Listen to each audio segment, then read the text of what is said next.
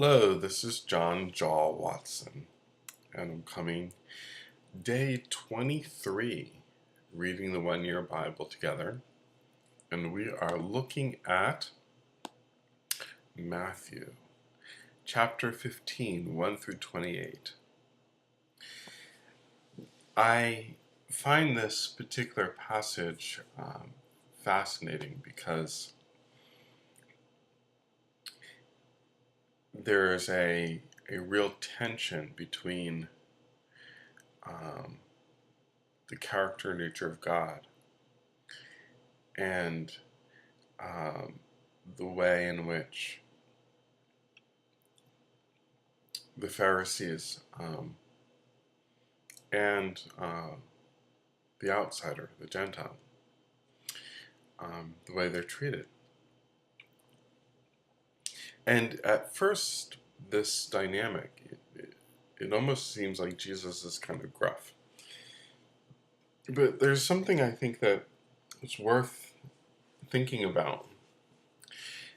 The Pharisees and the people of Israel were privileged to carry revelation for generations. And that privilege also led Jesus to have certain kinds of expectations of them. While the Gentile woman that we meet at the end, um, in some ways, Jesus exaggerates her situation and standing to really highlight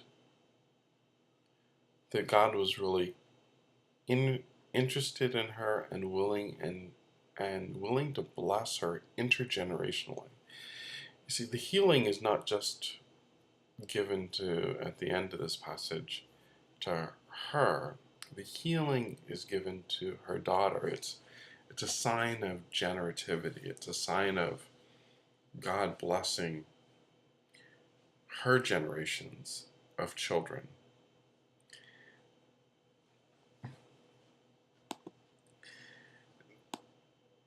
We all see this. I think, people set up norms, like who's allowed to belong. And people set up norms, a set of rules about who belongs, what kinds of things are important, and they're rules that God didn't initiate. And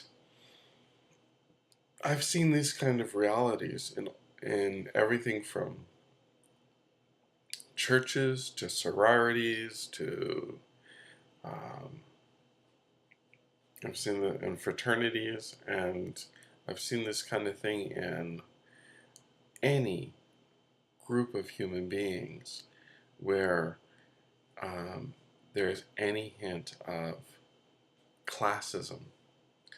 Um,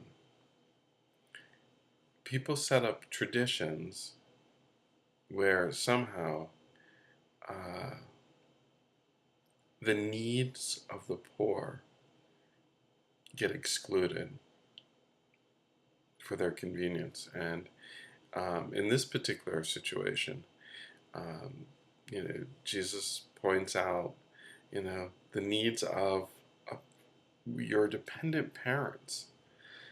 In that culture, in that time, people had no social security and those kinds of things, and it was expected that your security was actually in your children taking care of you. And so um, God is interested in communities that are close to his heart because they live in an interwoven, genuine love for one another. And when our rules actually get in our way of loving each other, then there's some serious problems.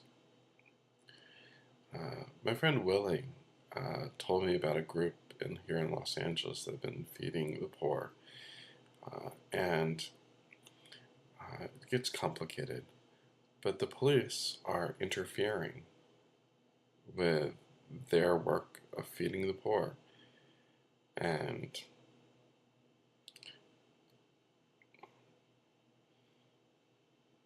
they're asserting that, they have a right to share food with those who have, that have less than themselves. And I think that that's really interesting.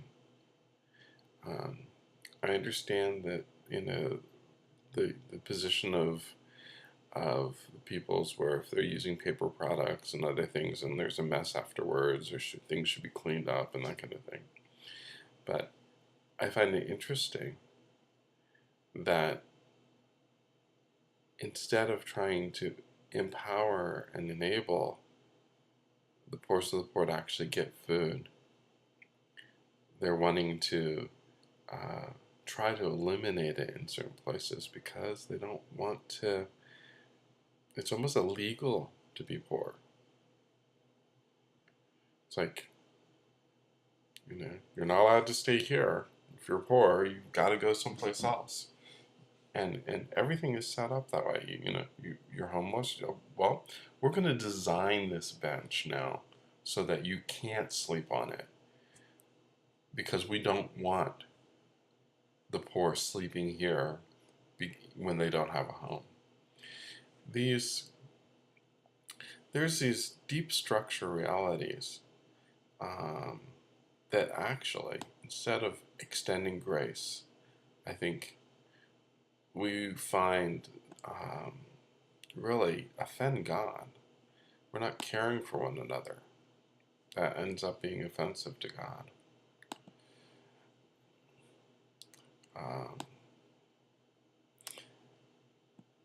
I want to invite you guys. I'm for some of my meals, I'm practicing a diet. I call it the share your food with a hungry diet. Basically, what you do is you take whatever meal that you have and you bring along a plastic container. You cut it in half and you put half of it in the plastic container and the other half you eat, and then you give the half that you set aside to someone else who's hungry. Your reduction in calories ends up being a blessing to someone else who's hungry. And there you have it. Share your food with a hungry diet.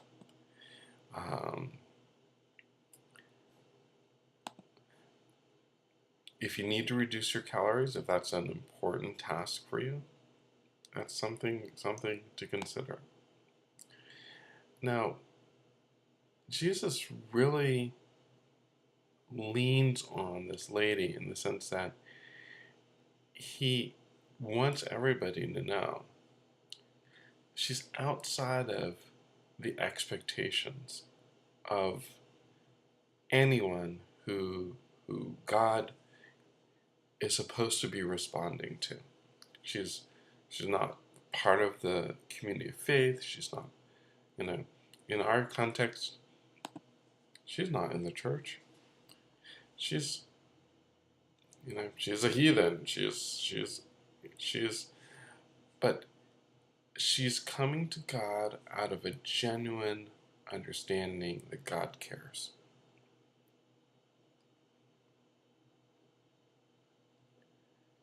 And she's willing to press her need into the hands of God. And her need isn't just for herself. It's not a selfish need. It's actually a need that's generative. It's the need for her daughter. And evil's intruding into the life of her daughter. And Jesus honors that cry with, your faith is great. your request is granted.